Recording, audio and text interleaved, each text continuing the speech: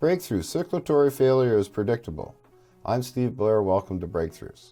Researchers at ETH Zurich and Bern University Hospital have developed a method for predicting circulatory failure in patients in intensive care units, enabling clinicians to intervene at an early stage. Their approach uses machine learning methods to evaluate an extensive body of patient data.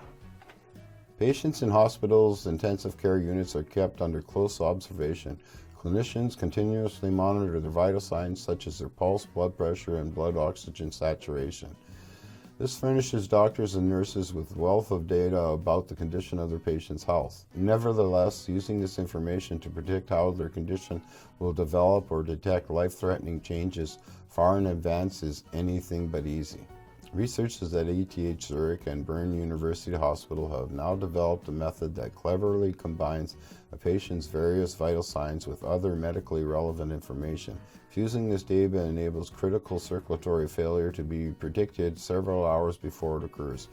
In future, the aim is to use the method for real-time evaluation of hospital patients' vital signs to provide an early warning system for the medical staff on duty, who in turn can take appropriate actions at an early stage. The researchers were able to develop this approach thanks to the wealth of data supplied by the Department of Intensive Care Medicine at Bern University Hospital.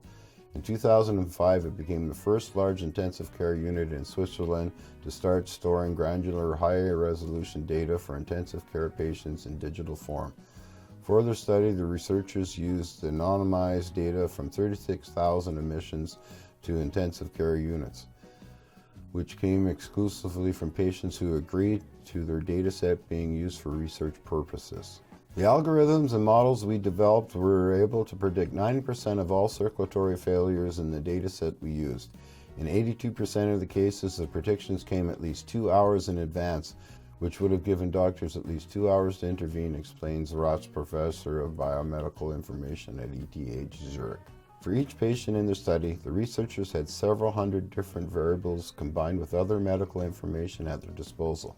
However, we were able to show that just 20 of these variables were sufficient to make accurate predictions. These include blood pressure, pulse, various blood values, the patient's age, and medication administered, said Borgward, professor of data mining at ETH Zurich.